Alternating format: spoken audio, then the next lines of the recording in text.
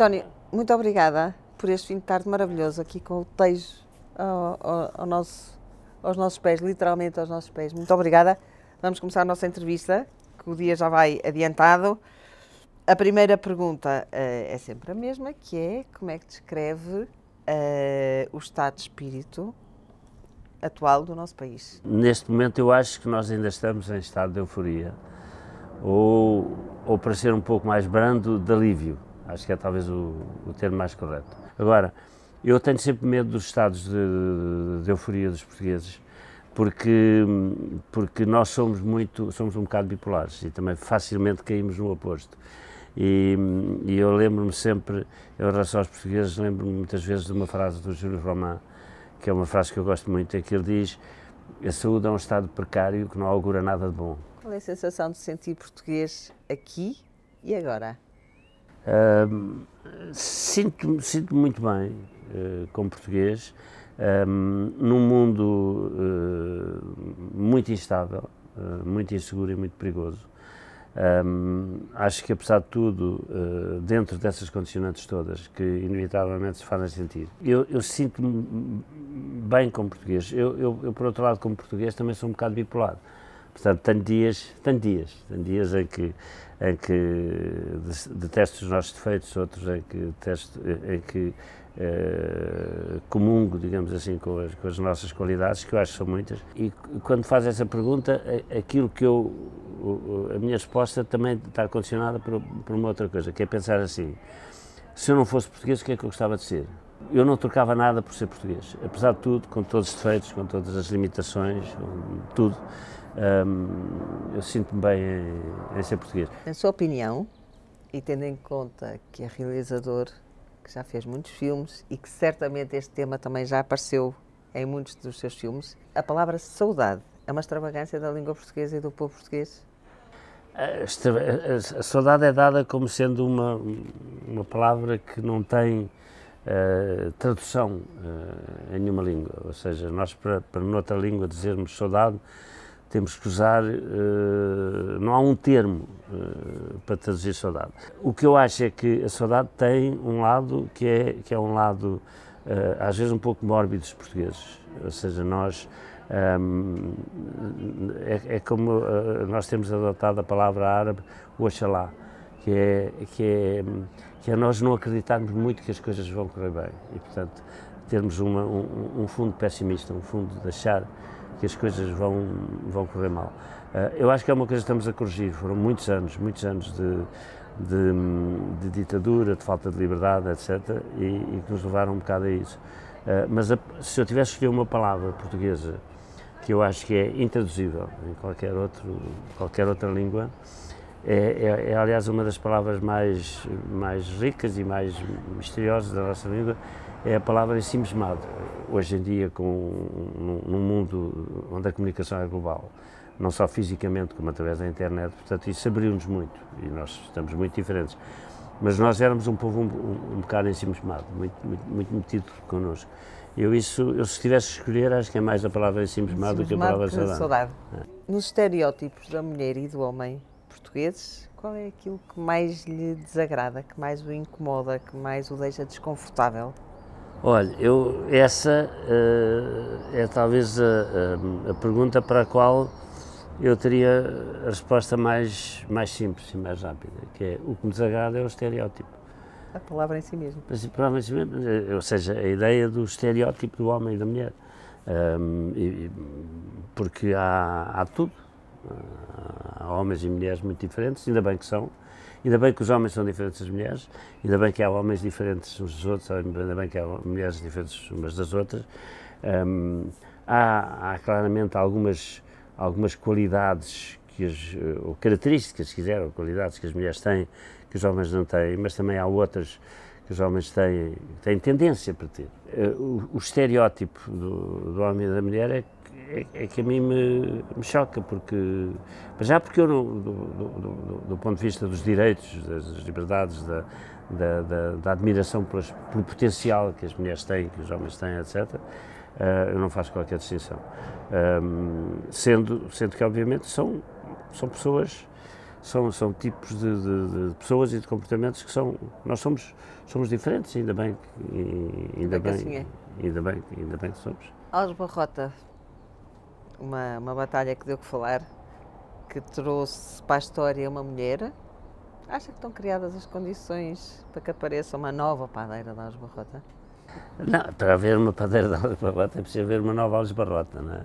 Mas acho que neste momento não vejo condições para haver uma nova Aljubarrota, sobretudo Aljubarrota no sentido, uma luta com a Espanha, não vejo. As circunstâncias que levaram a Aljubarrota não acontecem. Acho que, como lhe digo, talvez na Catalunha seja mais fácil de imaginar esse cenário. Viriato é uma figura peninsular ou portuguesa? A Espanha e Portugal são, de facto, o mesmo território. Nós temos, quando a gente olha para o mapa da Ibéria, é um mesmo país, geograficamente e mesmo culturalmente. Ou seja, nós temos muita coisa em comum. A própria língua é uma língua com as mesmas raízes, mas comparativamente com outras, como o italiano ou o francês, ou assim, é mais fácil um português e um espanhol entenderem. A nossa língua é muito mais próxima. E há, por exemplo, mais diferenças, provavelmente, entre um português e um basco, ou um catalão, do que entre um português e um andaluz, ou um português e um galego, não é? Mas há muita coisa em comum e, portanto, o Viriato é, obviamente, um herói ibérico. Nas suas múltiplas viagens pelo mundo fora, enquanto embaixador do cinema português, como é que nos apresentou enquanto povo? E como é que nos apresenta ainda enquanto povo? Enquanto povo? Quer dizer, eu acho que não me apresento, são os outros, quer dizer, que me veem e que me veem a mim enquanto representante de um povo, como quando vêm a Portugal ou quando conhecem um português, tiram, digamos assim, pelo seu comportamento determinadas características. Portanto, eu acho que nós somos um misto de defeitos e virtudes, quer dizer, nós não nos levamos muito a sério, o que pode ser um defeito, mas também é uma qualidade, ou seja, nós somos um misto de muitas coisas, mas eu gosto de um certo humor, mas como lhe digo, às vezes não levar as coisas muito a sério, é também uma forma de nos desconsiderarmos. Por exemplo, uma frase que eu testo e que nós usamos frequentemente é: isto só em Portugal. Isto só em Portugal. Eu tive um amigo meu que um dia passava a vida a dizer isso, e um dia estávamos em Cannes e aconteceu uma coisa incrível, que foi um empregado, estávamos num jantar de lagosta, não sei o quê, uma coisa que tínhamos sido convidados, e veio um empregado e pôs assim aquelas caixinhas de manteiga em cima, uma coisa assim, que não dizia nada com o ambiente, e ele ia a dizer isto só em Portugal, e de repente percebeu que estava em Cannes e disse isto nem em Portugal.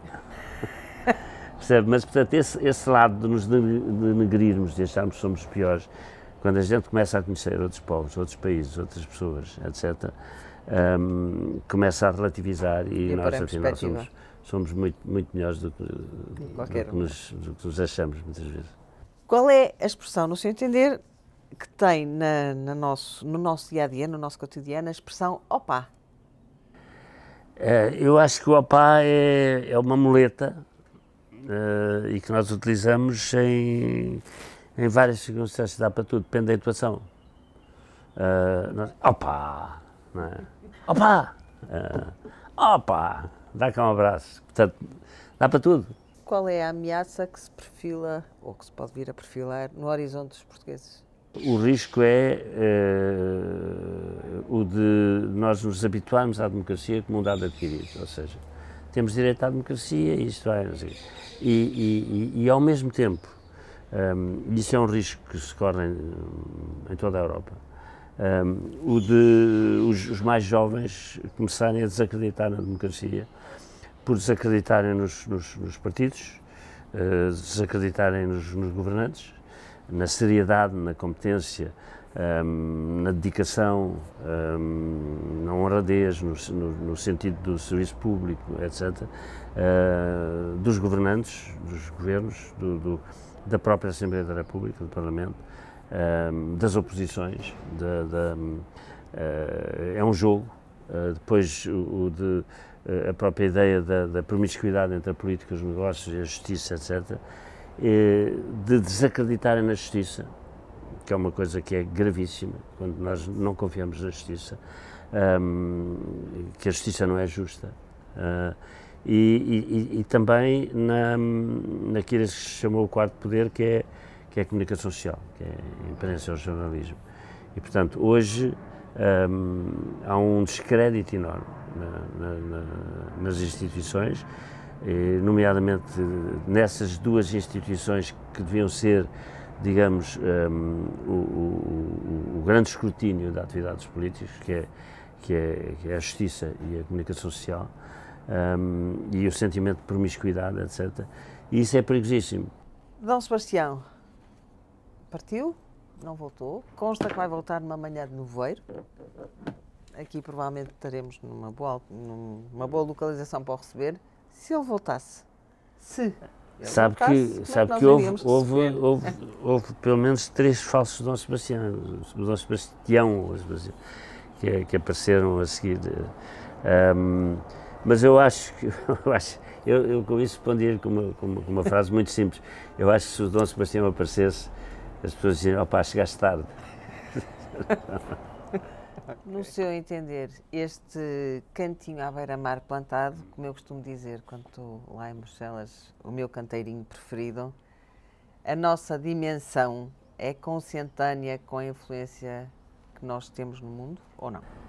Ou ao contrário, a nossa influência é consentânea com a dimensão, talvez. Sabe que eu acho que não é, quer dizer, a dimensão não é necessariamente a coisa mais importante para um povo ou para uma civilização se afirmar. Eu acho que nós somos capazes de muito mais. E acho que aquilo que o Antero identificou como a causa da decadência dos povos peninsulares, na famosa conferência que ele fez, que explica um pouco porque é que nós ficamos para trás, de facto.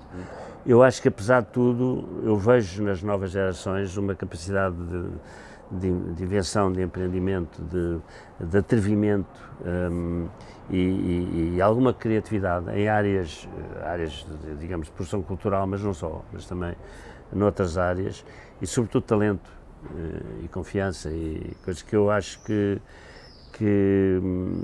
provavelmente nos vai projetar de outra maneira. Neste momento, nós temos uma boa literatura, e sempre tivemos, bons poetas, mas a verdade é que nós não somos, como diria o Alan Bloom, não fazemos parte do cânon ocidental. Há muito poucos autores, o Camões, o Essa, o Pessoa, que é talvez o mais conhecido, mas não fazemos parte. Mesmo a nossa pintura também não tem projeção, a nossa música não tem projeção, portanto, o nosso cinema não tem projeção. Portanto, eu teria tendência a ser pessimista e dar uma resposta pessimista, mas não é em relação à dimensão, porque um pequeno país pode ter uma projeção fantástica. Mas eu sou relativamente otimista num mundo em relação ao qual eu sou pessimista neste momento. Acho que vejo sinais de uma geração com uma nova confiança em si e no seu talento e nas suas capacidades. Marca Portugal, ela existe? Qual é para si a mais-valia desta marca, se é que ela existe? Sim. Eu acho que sim, por isso é que eu fui tão perentória a dizer ela existe. Qual é a mais-valia desta marca Portugal? Somos os gajos porreiros, eu acho que é talvez aquilo que mais encanta as pessoas. Somos de facto os gajos porreiros e temos algumas qualidades extraordinárias, somos generosos, apesar de tudo, somos tolerantes, somos criativos no sentido daquilo que nós chamamos de desenrascanço, somos generosos, portanto temos uma série de qualidades que as pessoas apreciam. E depois a própria paisagem, quer dizer, nós, Lisboa, não só Lisboa, nós temos todo o litoral com o mar, com o mar em frente e Lisboa com o Tejo em frente e com o infinito nos olhos. E, portanto, acho que temos essa espécie de atrativos, não só da paisagem, como, de facto, digamos, para usar um termo simples, da hospitalidade, do lado hospitaleiro. Eu acho que isso joga a nosso favor. Pensando em Pedro e Inês, nesse belo romance ou paixão ou história de amor ou aquilo que nós quisermos chamar, e em bom português, saudade pode rimar com amor ou vice-versa? Amor rimar com saudade ou nem por isso? Saudade pode rimar com amor quando é um amor desfeito, uma separação, e que não mata o amor, que o amor persiste, ou de um lado só, ou dos dois, que são obrigados a separar-se, e, portanto, aí muitas vezes a palavra saudade pode rimar com amor. A história do Pedro e Inês não é uma história de amor, é uma história de paixão. Se o arrependimento matasse, e de vez em quando mata, de que culpa deveriam os portugueses, ou de que é que os portugueses se deveriam arrepender? Não, eu acho que a coisa mais importante e que de certa maneira começa a acontecer é um certo pessimismo, a ideia de que não somos capazes e que nos faz muitas vezes desistir e que eu acho que é talvez o sentimento com o qual eu me identifico menos com os portugueses. Se me dizem que uma coisa é impossível, para mim é imediatamente um desafio. Quer dizer, eu tenho que provar que é possível. O impossível não. Há uma frase francesa célebre: l'impossible n'est pas français. E eu acho que nós devemos adotar isso. Não, é possível. António, se pudesse convidar uma figura pública para jantar aqui consigo nesta maravilhosa varanda com vista sobre o Tejo, eu estou rendida à varanda e ao Tejo, quem seria? Há muitas, apesar de tudo. Olha, o Dom João II seguramente, porque é uma figura incrível. Depois, figuras da nossa vida, por exemplo, literária. Há dois personagens, dois grandes escritores, um grande romancista e um grande poeta, imensos, que eu gostaria de ter jantado. Um é o Camilo, acho que Camilo que era um gênio. O outro é o Cesário Verde. Eu acho que o Cesário Verde é um dos maiores poetas de todos os tempos em qualquer língua. Ou, noutra área, por exemplo, o Vasco Santana. Eu tive pena de não conhecer o Vasco Santana. O Vasco Santana era um personagem incrível, quer dizer, com humor, com uma qualidade. Ele era um ator incrível e seria seguramente um jantar muito divertido. Muito divertido. Na ótica de rentabilizar talentos, qual será aquele que as novas gerações, a dos nossos filhos, dos nossos netos, qual é aquele talento que eles têm por obrigação rentabilizar, não deixar cair no esquecimento? Talentos são exatamente a nossa criatividade, a capacidade, desde que a gente tenha confiança em nós e que nos dê a oportunidade, porque não basta, não é? Não basta você ter confiança. Eu tenho imensa confiança, um jovem tem imensa confiança nos seus talentos como cineasta, mas o cinema é uma coisa cara. Se o dinheiro é mal distribuído, como é que ele faz? Quer dizer, é complicado. Portanto, não basta, não é só uma questão de talento, porque nós talentos temos e temos para a escrita, temos para as artes várias, temos para a ciência, temos para a inovação, e nesses últimos anos eu acho que isso começou a aparecer. O que é que acha que levaria o nosso Presidente, o professor Marcelo Rebelo de Sousa, a declarar a lusitaniedade de Deus? A única possibilidade que eu vejo, ainda que o Marcelo seja uma pessoa tão criativa que é um bocado imprevisível, sei lá, se a gente ganhar o campeonato do mundo é capaz de ser português, e é uma frase que cai bem, mas eu acho que a única oportunidade dele dizer isso a sério, com convicção, era no caso de haver um novo dilúvio, do planeta, como nós sabemos, está em perigo, não é? E portanto, de haver uma catástrofe ambiental ou conjugação de várias, económica, bélica, etc. E de repente, perante esse dilúvio, o único país a salvar é Portugal. Qual seria o lema que o António Pedro gostaria de ver gravado no frontispício da nossa Assembleia da República? Aquele que fizesse recordar aos deputados o que é que os levou até lá? Olha, uma vez que me pede uma frase, portanto, para eu não me perder num discurso longo sobre a democracia, sobre a responsabilidade dos políticos, eles saberem que têm contas a dar do voto e da confiança que depositam neles, etc.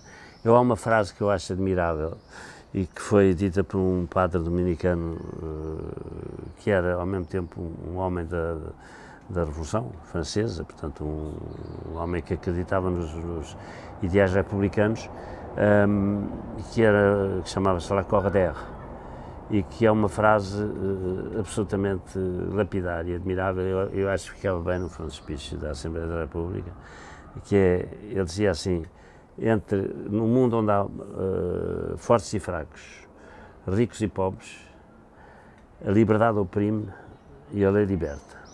Qual seria aquela pergunta que gostaria de ver respondida por um dos 3 presidentes das instituições europeias? O presidente Juncker, ou o presidente Tajani, ou o presidente Donald Tusk? Um dos 3. Qual seria aquela pergunta que o António Pedro, enquanto cidadão português, gostaria que eles respondessem? Não é bem a pergunta, não é bem uma pergunta, é mais um desafio, ou seja, eu gostava de sentir que a resposta deles era satisfatória para mim. Ou seja, se eles têm consciência de que neste momento em que o mundo está num desnorte total, na iminência de um momento para o outro, um louco qualquer carregar no botão, em que temos um presidente dos Estados Unidos completamente imprevisível, completamente inculto, completamente fanático, nacionalista, imprevisível, como eu disse, e em que temos do outro lado homens que são ditadores, mas que têm uma estatura de homens de Estado, muito mais do que tem o Presidente Trump, ou de que inclusivamente na Europa. Eu gostaria de saber se os políticos a quem eu faço esta pergunta, digamos assim, têm consciência de que isto é a grande oportunidade para a Europa. Eu acho que é a grande oportunidade para a Europa de avançar, aprofundar, digamos assim, uma Europa mais solidária, uma Europa da liberdade, uma Europa dos direitos e, sobretudo, mais solidária e menos prisioneira daquilo que foi durante estes últimos, desde a queda do Muro de Berlim, este ultraliberalismo desenfreado. Agora, proponho que façamos o brinde. Fim de tarde, António Pedro, fim de tarde aqui, Cristo Rei ali à minha frente, barquinhos à vela, vamos brindar. Eu acho que só há um brinde possível, que é a liberdade. À liberdade. E muito obrigada.